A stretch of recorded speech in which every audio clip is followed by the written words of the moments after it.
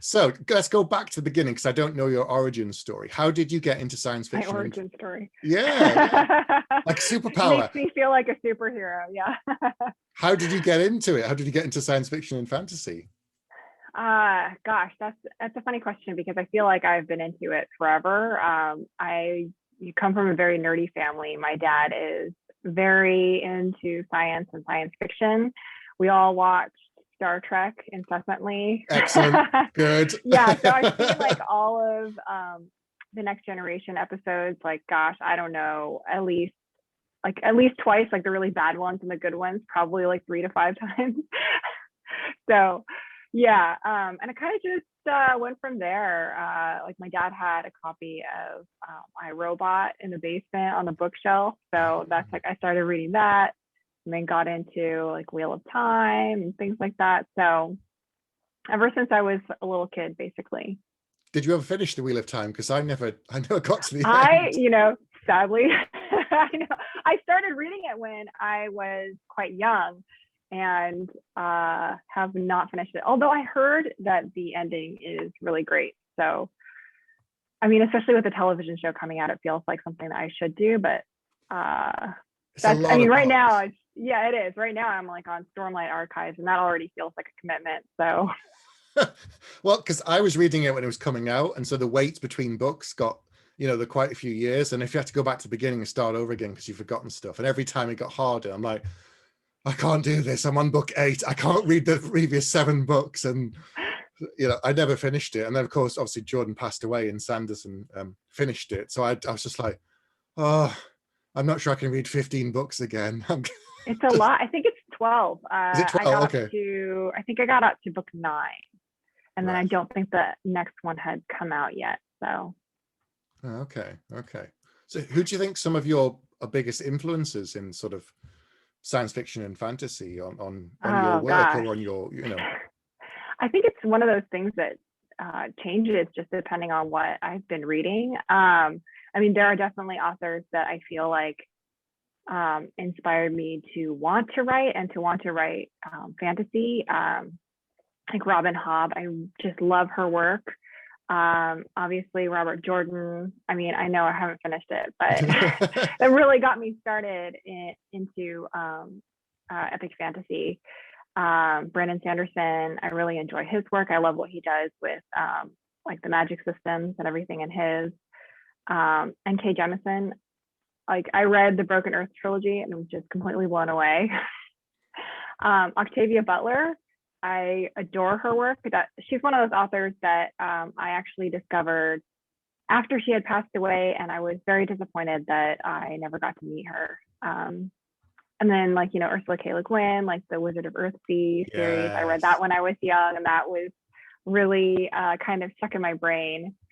Gosh, there are a lot, and I'm probably like missing a bunch of them. But it gives me an idea of the kind of thing, that you were reading, and because some of the authors I have gaps in my reading history just because of, what was on the shelf or in the library. So like, I've never read any Octavia Butler, and I didn't read Fahrenheit 451 until I was like in my 20s or something, or even 30s, just because it didn't come across for whatever reason, or my friends weren't talking about it. And then you find out afterwards and you're like, oh, right. So, I only started reading Robin Hobb like 15 years ago, maybe. So, and I'm catching up. I'm on like the 3rd, 4th trilogy. Anyway, I'm getting there. But yeah, after I met her, I'm like, okay, I've got to finish reading the rest of these, so. Oh, they're so good. They're such good books. Oh yeah, break your heart, but they're really, really good. They do break your heart. Yeah, it's one of those things where they break your heart, but it like makes you like it. Yeah, I've heard people say that before, definitely. So before we talk about your current book, so before you wrote The Bone Shard Daughter, you were doing short stories, and did you self-publish a couple of books as well? Is that right? Yeah, I self-published a couple of books in different genre that have a very different tone to them. So I used a pen name for those. Just because like at that point I was like, oh, I just gotta put something out there because I've been doing this forever. And then short stories, yeah, that was actually, I had started trying to sell short stories before I signed with Juliet, because I had the mistaken impression that maybe if I had something I could add to my bio, like, hey, look, I'm professionally published, that it might help me get an agent, because I've been trying to do that for a while too. Right. So yeah, so the first thing I sold was something to Writers of the Future, and then I sold some stories after that. I mean, I still recommend writing short stories, just because I feel like it helps you to understand a basic story structure, in the sense that it's much easier to get to the end. So you can kind of practice getting to the end a lot faster than you can with a novel, which I think a lot of people start out writing beginnings of novels and then never getting to the end, which is what I did for years. But yeah, so I did that for a while. And then, while I was constantly trying to get representation for the novels that I was writing, it took a while. I looked through my emails before, and I think I found queries dating back to 2007. Although I think I might have sent some out before then as well, because I remember sending some out on paper, which I know people don't really do. No, anymore. I did. That's where I started. Really? Oh my goodness. Okay, so I'm probably a little bit older than you. I'm going to say that. You look very young, and I'm not. Okay, so I'm 44 this month. So I'm not like too far behind you. So I started sending out around the year 2000, and then it was all paper, and it took me over a decade before I got an agent, and it changed in that time. But to begin with, it was send it out in the post with a self-addressed envelope. Yes, and that's how it was. And you'd send it out, and then you just wait for months, and then you get like a postcard, dear, insert name, unfortunately on this, and that was it, or nothing. Or get your self-addressed envelope back with nothing inside except your that's my stuff. handwriting. Yeah. You're like, oh. You just see it in the post box and you go, oh no, I know what that means. Yeah, I think that with email, there's a lot more instant gratification and also instant disappointment. Yeah, definitely. You just kind of see it and you think, oh no. So when did you start working on the Bone Shard Daughter and the series? Oh gosh, so I'd have to go back and look. I wrote it actually pretty quickly. So I wrote it in a few months, which I did part of it during Nano. So yeah, I did like the first 50,000 words and then just kept going. And then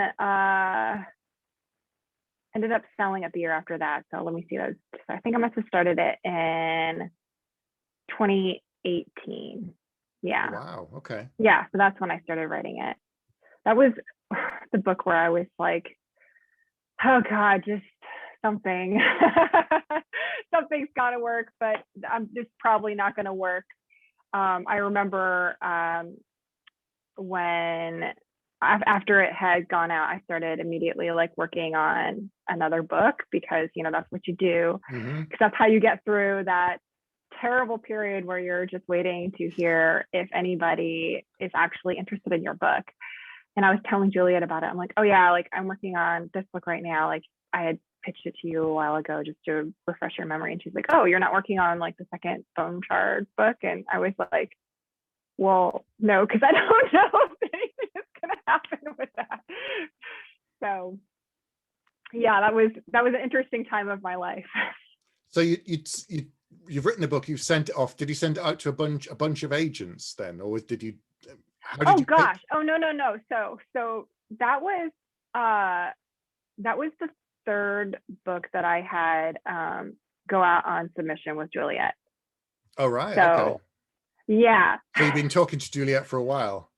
Yes. So I actually signed with Juliet in 2013. Yes, 2013. That's right. Okay. Because it was 6 years after I had started querying. Yeah. So we had gone out on submission with that first book. I had written another one which needed heavy revisions, so that took a long time. And then she had asked me to split it into 2 books. So. And that one went out in submission, nothing happened. And that's when I started writing Bone Star Daughter. So yeah, so it's been a really long road. It's interesting though, because when I talk to writers or people who want to get traditionally published, they kind of think that you write a book, you get an agent, and then that's it straight away. That first book is your golden ticket. So it's Right. I know it's not, because I've got other friends. So it's nice to hear from it, because people think once you got the agent, everything changes, and it's like only if certain things fall in place, some of which you just can't control. Right. Yeah, I feel like there's this kind of stepladder where you look at it and you think that there's only one step to it, and you're like, that's to finish a book at first. Like that is the biggest, hardest thing to do. And then you do that and you realize, oh, there's like another rung, and that's getting an agent. But oh, once I get the agent, that's gonna be the hardest thing. And then you realize that it's not, that there's like this whole other process. And then having a writing career in itself can be very up and down. So it kind of never ends, I think, which, I know some people find depressing, but I think that that's kind of the way that life is, right? You don't just suddenly reach a peak and then you're done with things, right? You got to keep going. Yeah. You got to keep stretching and practicing and trying and doing something different. Yeah, absolutely. No, it's good, because it reminds people that getting the agent isn't the final step, and you can just sit back and relax and go, oh, that's it now. I can just sit and let the money roll in. It's like, well, no, you can't. You've really got to hope the book goes out there and they like it and things fall in place, and and then it's like, right, but how are you getting on with the next one and the next one? Right. So you have to enjoy something of the process of writing if you actually want to have a writing career, unfortunately. So. Yeah, absolutely. So I was looking for questions and talking to people, and there was some confusion about this book, and I know the answer, but I want to hear it from you. Some people think The Bone Shard Daughter is YA, and I don't know why. I think that that's a common misconception for a lot of female authors who write fantasy. That just a lot of people I know who are women who have written fantasy have had their books mistakenly classified as YA, including things like The Poppy War, which if you've read is very not YA. It is so not YA. So yeah, I'm not sure exactly how or why that happens. But no, it is adult fantasy. I do think that it is a book that is possible for a YA reader to pick up and to enjoy it. But it is not classified as YA. No. Well, Anna Stevens' books are kind of classified as grimdark, and in one bookshop, someone had put them in the children's department. Oh no! Just kind of like all these kids' book, and then her book. It's like, is that because it's got a puma on the front? That's some kid's going to get a hell of a shock when they pick her book up, and so. I think that one of the things is like my book does not follow people of that age range. It's not teenagers. The youngest main character is in her early 20s. One character has lost his wife, and is grieving her. So it's not really on that thematically YA. Really not. Having read it, it's like, no, it's really not YA. Some of the stuff that happens in the book. So how did you go about building this world? And tell me a little bit about the setting for those who haven't read it. So it is set on an archipelago of migratory islands. So they move around depending on the season. And it's an Asian-inspired setting. How did I go about building the world? I think world building is like one of those things where you kind of start with one idea and you take that and you think about like, well, if this is what is happening in this world, what other things can I assume based upon that one idea? So the beginning idea for The Bone Shard Daughter was actually inspired by my friend Marina Lostetter, who's also an author. We were going out to lunch at like Worldcon in San Antonio, and she got lunch from a Chinese restaurant in the food court, which, you know, a Chinese restaurant in a food court in Texas is probably not the best place to get Chinese food. Okay. So there was a shard of bone in her food and she almost choked on it. And you know, that got me thinking like, oh, what if bone shards equal magic? So we always joke now that one of my friends has to suffer a near-death encounter in order for me to come up with a new idea. Don't know who's next. But yeah, so I started thinking about that. Like if bone shards were used for magic, what would that mean? And in my world, that means that the life force that powers that magic, the force that powers that magic is drawn from the life that the bone shard is taken from, which means that the person has to still be alive. So I kind of like just went down that rabbit hole as far as like, well, then what would it make sense for people to be doing based upon this? And then I also knew that I wanted to set it on an archipelago of islands. I think I mentioned earlier, you know, Wizard of Earthsea was very like formative for me. And like Voyage of the Dawn Treader, that was like my favorite Narnia book. Just that sense of like exploration and something being a little bit different on every island. I really liked that. And then because the islands are migratory, it's like, oh, well, what does that mean for their navigation? It means their navigation must be very complicated. You'd have to go to a school for this, and that's a whole entire profession. So yeah, I feel like that's kind of how world building goes for me. And I keep it all in my head until I find that I am losing track of things. Oh, okay. Okay. Yeah, so I'll jot a few things down, but I still end up losing track of things. I started recently using a wiki to keep track of like what the heck is going on. Cool. So especially I think when you're writing more than one book in the same world, it's very helpful to go back and be able to take a look at some easy reference of, oh, like what was that person's name again? Or where were these things located? And what did they do on this island? What did they say about this island? So instead of having to do like, you know, a word search through your document and like trying to remember like what words you were using when you know, said something, some detail that's important to a later book. Yeah, edit find. So, yeah. Oh yeah, that person. Exactly. Yeah, or I'll look for a phrase that I remembered using, just in the hopes of finding whatever information I'm digging for.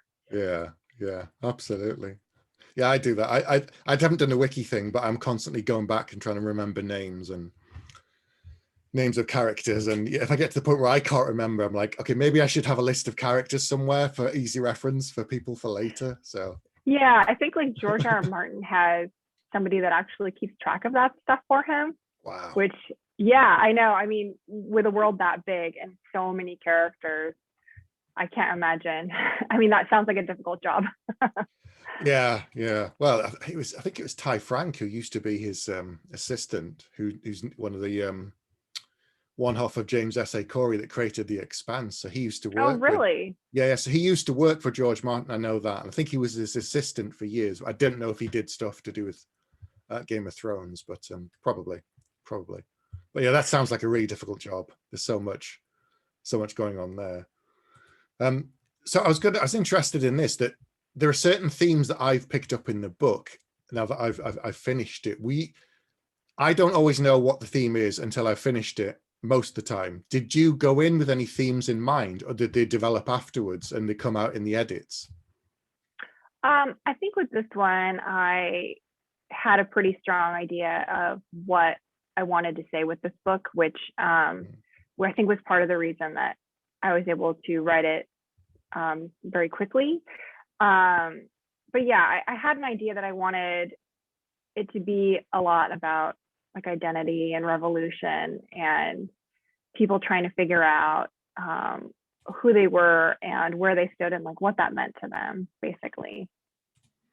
There's also a lot of, without spoiling it, there's a lot of stuff with characters trying to live up to the expectations of senior figures in their life, and I've noticed a couple, and I thought that's I wonder if that's a conscious decision or not. Yeah, I mean, that's something that I've lived with.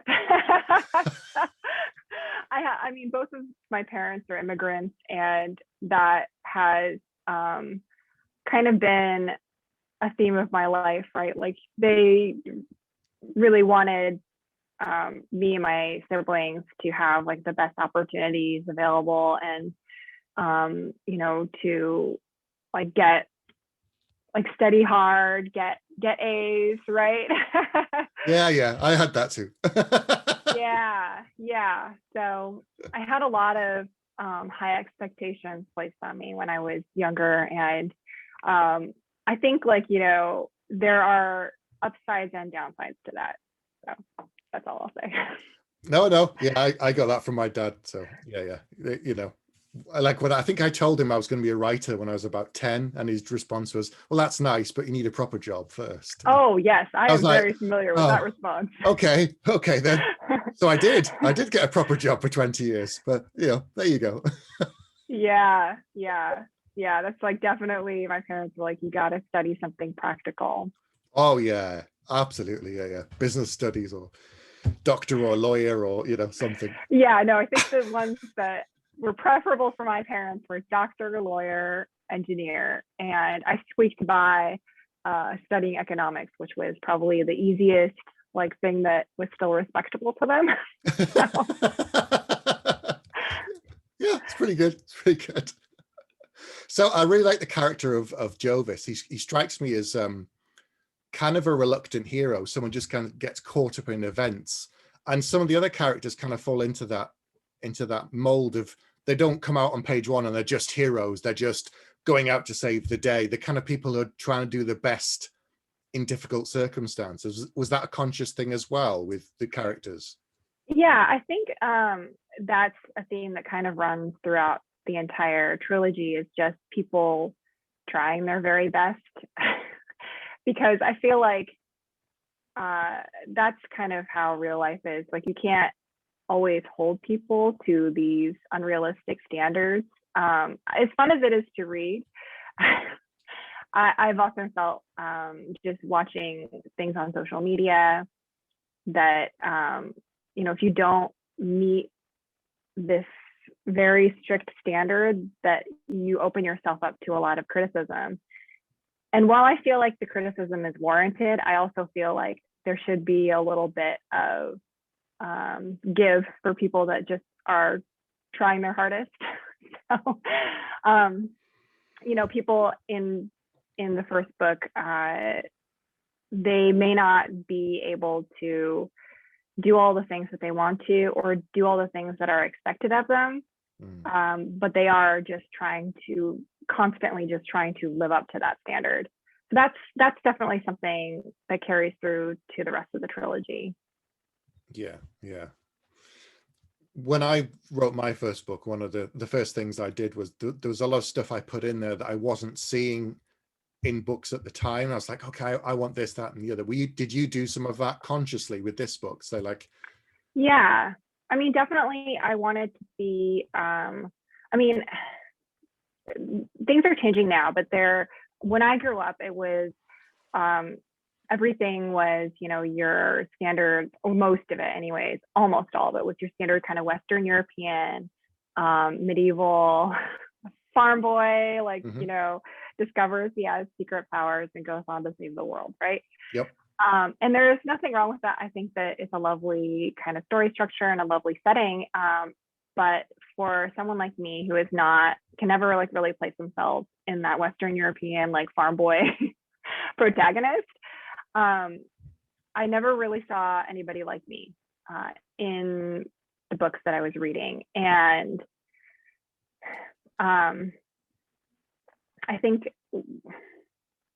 there is more of that nowadays, but I definitely wanted to write something that was Asian inspired, because people like me could see themselves more in the work. So yeah, that was a big motivating factor for me. It's like I wanted to do that, but I also wanted to bring in some of those tropes that I really enjoyed in fantasy. Yeah. Like the reluctant hero, like the animal companion, just like the kind of somebody who has to unlock like a series of doors. It's a little bit of a video game progression, but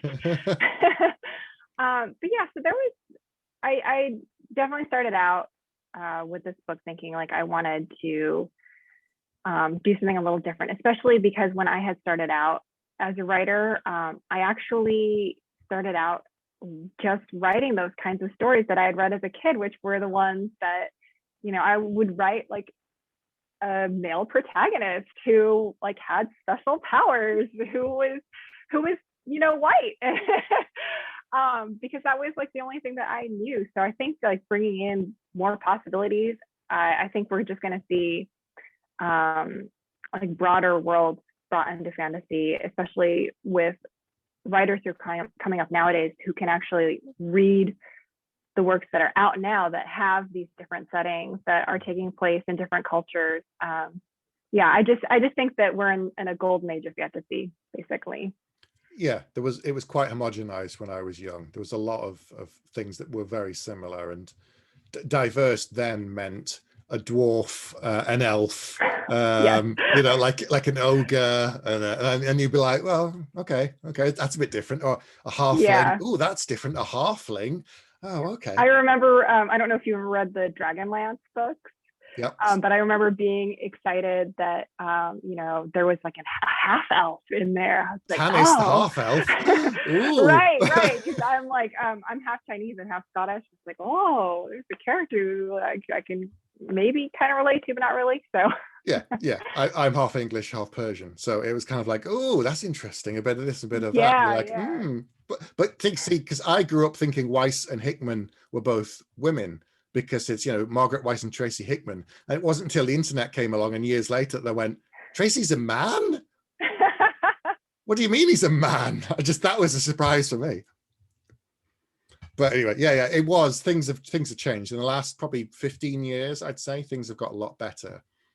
It's not all as you say, medieval purely Western based setting and stuff. So one of the interesting structural things on your book is that you've got first person and third person characters with different chapters.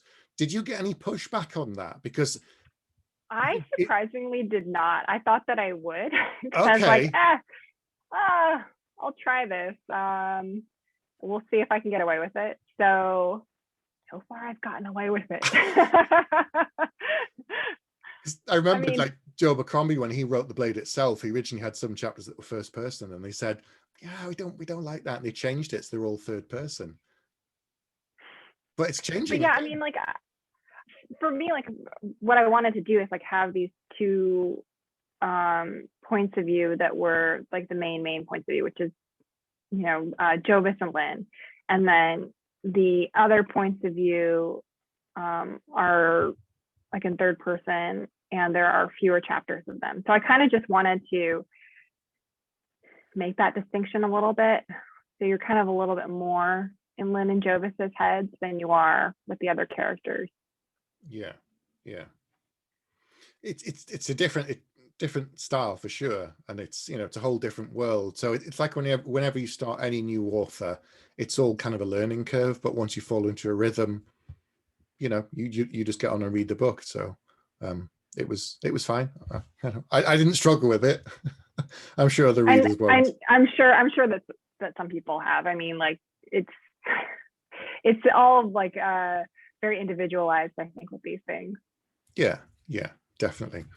So got a question from Virginia who asked, you mentioned Animal Companions. She said, where did the idea of Mephi come from? Because it seems like you've created a character from whole cloth. He's very interesting, but he's very mysterious as well. Yeah. So part of it does kind of follow from all those logical jumps that I was making in world building. So I don't want to say anything to kind of spoil some of the mystery. Fair enough. But I did know that I wanted to write in animal companions into this series because that's something that I so enjoy reading in other books. Like that's one of those tropes that I can't seem to get enough of. So I knew that I wanted that in this book. And like I said, it makes sense given the world. So So yeah, I think some people think that he was maybe inspired by one of my cats, which is kind of funny because it's my cat Mochi. I don't know where he is right now. He's probably either sleeping or causing trouble, which is like his two modes. But actually, I wrote Meffy before I got Mochi, so it's kind of funny. Like now I've got this animal who doesn't talk, but like resembles Meffy in a lot of ways, where he's just like, interested in food and like always in everybody's business and very like kind of friendly and in your face. So yeah. I saw that you're now writing full time. How are you finding it? The shift from before I was picked up, I was working full time, and you kind of squeezing it in around your day job and stuff. But how's it been since you've had the change to sort of like, right, this is the day job now? It's been pretty great. I really love it. So I have like a fairly set schedule that I kind of follow, which I'll deviate from sometimes if I feel like I'm like ahead on my workout or, or I want to procrastinate something. So I go like do some baking. But it's been really great. I mean, before I had to, like you said, fit it around the day job. So I would bring my iPad with my keyboard dock to work, and then I would write over lunch, and then come home and write some more, and write on weekends, or Google Docs that you can use on your phone. Who knew? So if I was like I went to like BlizzCon, and I remember I was like writing on my phone while I was waiting in line to like try out games and everything. Nice. So I feel like you can fit it in with the day job, but it's a lot of work. And then especially like, we have a baby now. I think trying to fit that in with the baby and the day job would have been extremely difficult. So I feel very lucky that I was able to quit my job and work on writing full time. I remember before I got any offers on it, John, my husband, and I were talking about it, and we're like, just kind of like shooting pie in the sky, kind of like, oh, well, what kind of number would it have to be in order for me to quit my job? And of course, like I was like, well, that's like never going to happen, but sure, let's talk about it. So yeah, so we decided if like I got an offer that hit that 6-figure mark, that I would quit my job, and it did. So I quit my job, which was one of those things that you always kind of like dream about, but like you're like, it's never going to happen. So I have to say, like I enjoyed my day job, but getting to ask for a meeting with my boss and telling her like, oh, I'm quitting, and it's because I got a book deal. It's like, I will never have that kind of high again. Yeah. Yeah, that was amazing. Even though, like I said, I enjoyed my day job, it was perfectly fine. I'd much prefer to be able to write all day, which is what I get to do most of the time. Although I didn't count on all the peripheral things that you do as a writer. I didn't think about all that stuff, right? Like, yes, like this. Promotional things, interviews, social media, reading other books, like ARCs. So that's like one thing that you get asked to do, is read other people's books and blurb them, which on one hand is amazing because I feel like I'm getting away with something when I get to read something before it comes out. Like it feels like a little secret that I have, which is super fun. But reading does take time. So, it's like I wish that I just could live forever and had infinite hours, basically.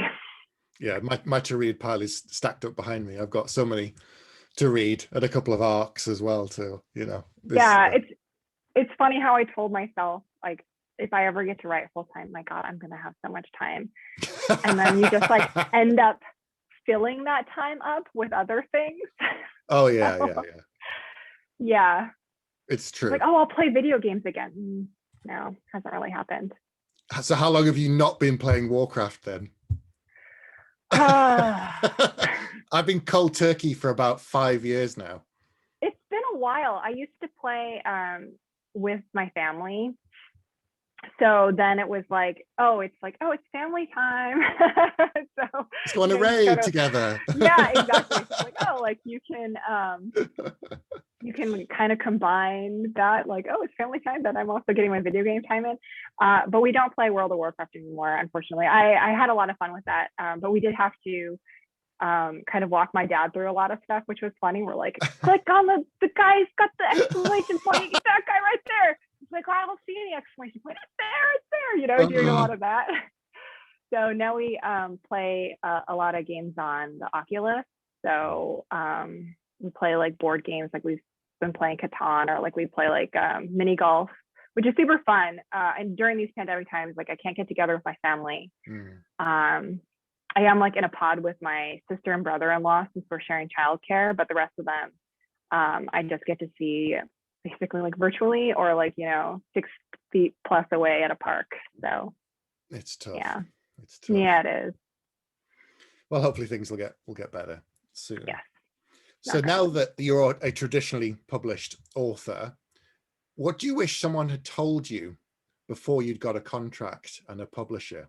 What do you think, as when you were coming up, if someone had told you sooner?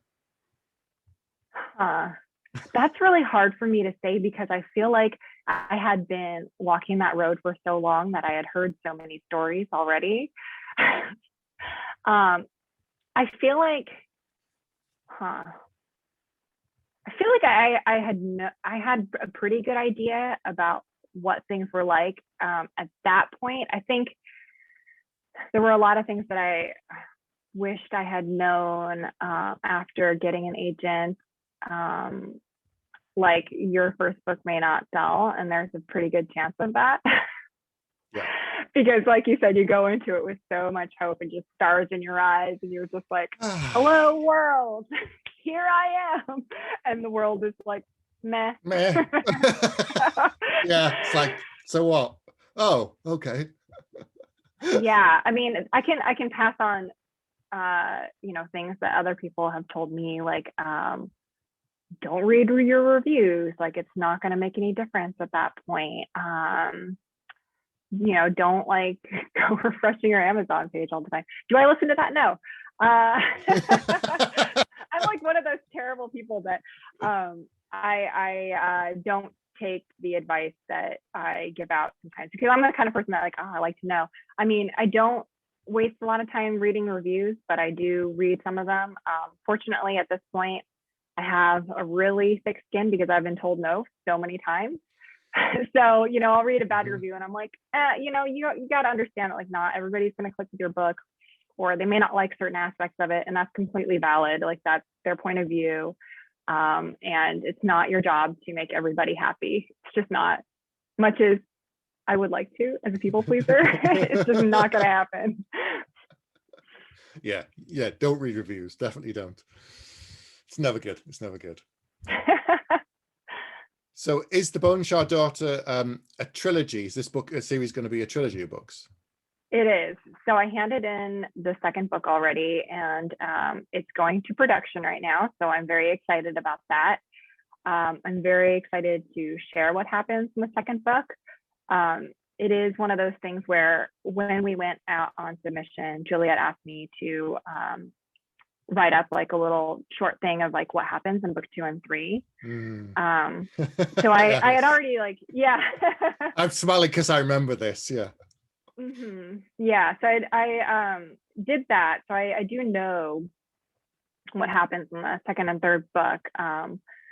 It is one of those things. I know that some people, they write up something for the second and third book and they're like, well, it doesn't really, you can go like off script, but I'm pretty clear about what's going on, because I did set some stuff up in book 1 that you'll see like pop up in book 2 and in book 3. Because I really like having those kinds of reveals where you're like, you don't know what it is. I think my ideal like point at which a reader figures out a reveal is like right before it happens, because then you can feel smart, and like also have that anticipation of like knowing what's coming. So I have gone ahead and set some stuff up in book 1, and having written book 2, there is some stuff set up in book 2 which comes into play in book 3. So I'm working on book 3 right now, which is the title's approved. It's the Bone Shard War for that one. So there's a lot of stuff happening in that one.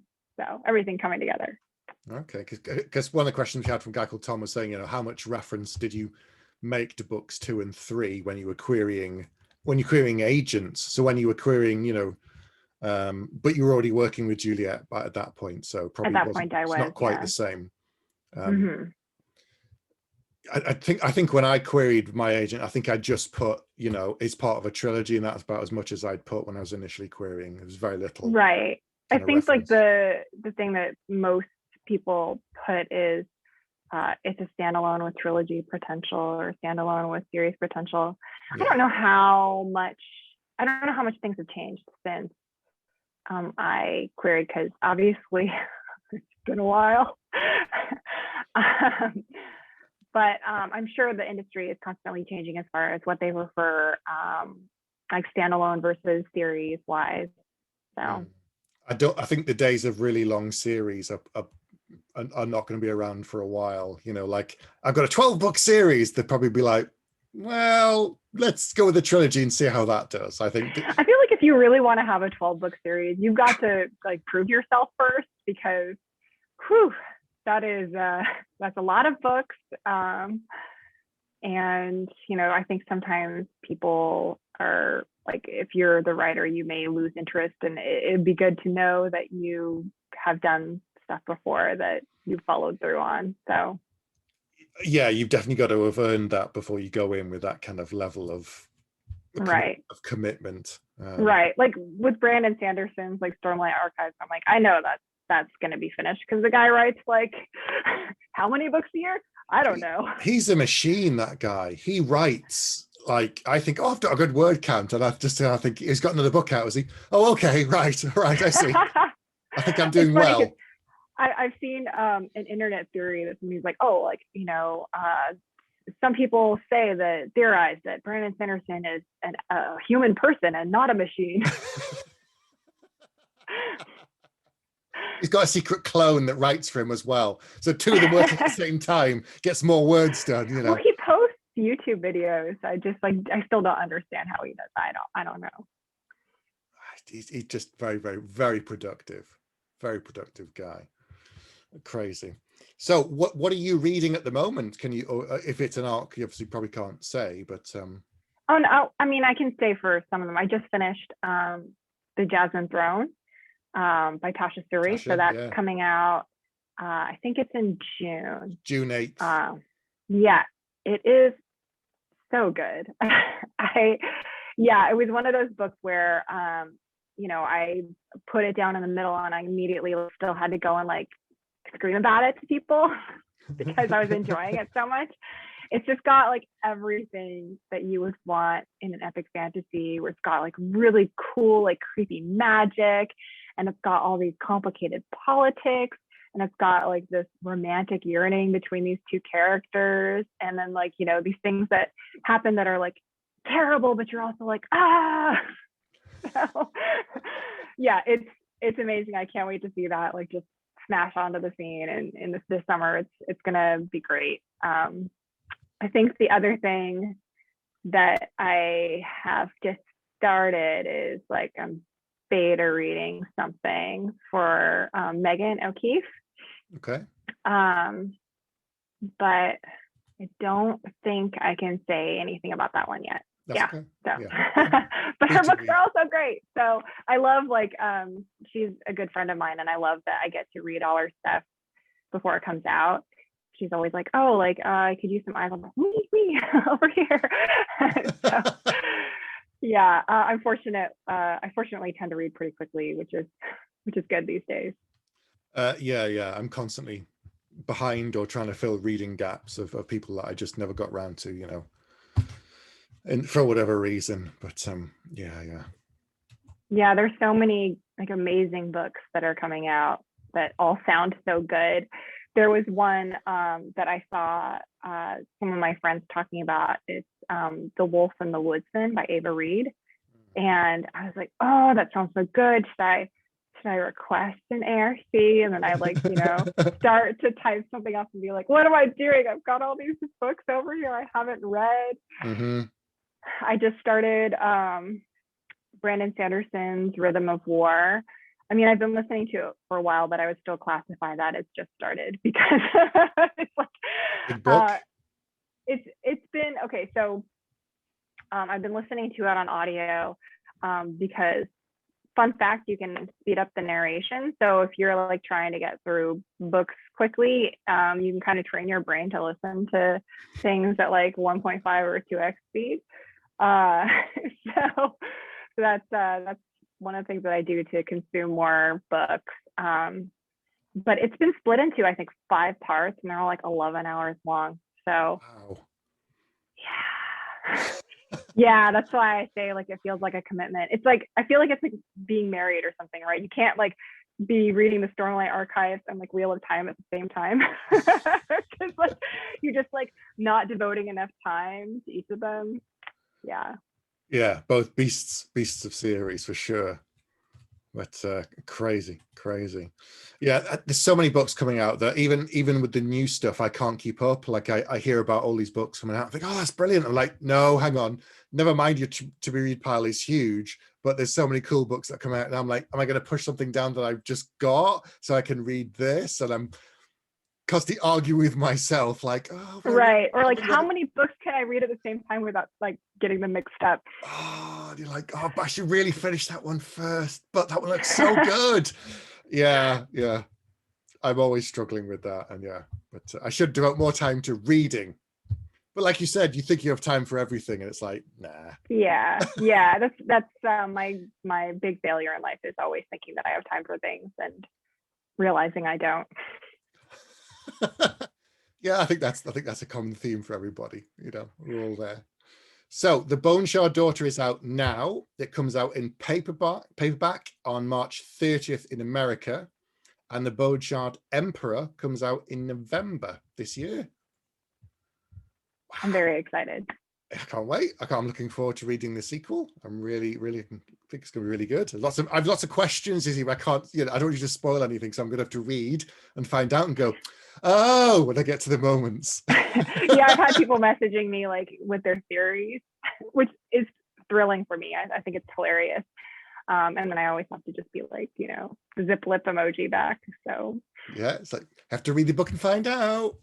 Yeah, basically. Find out in November. Some of the answers, but not all of them.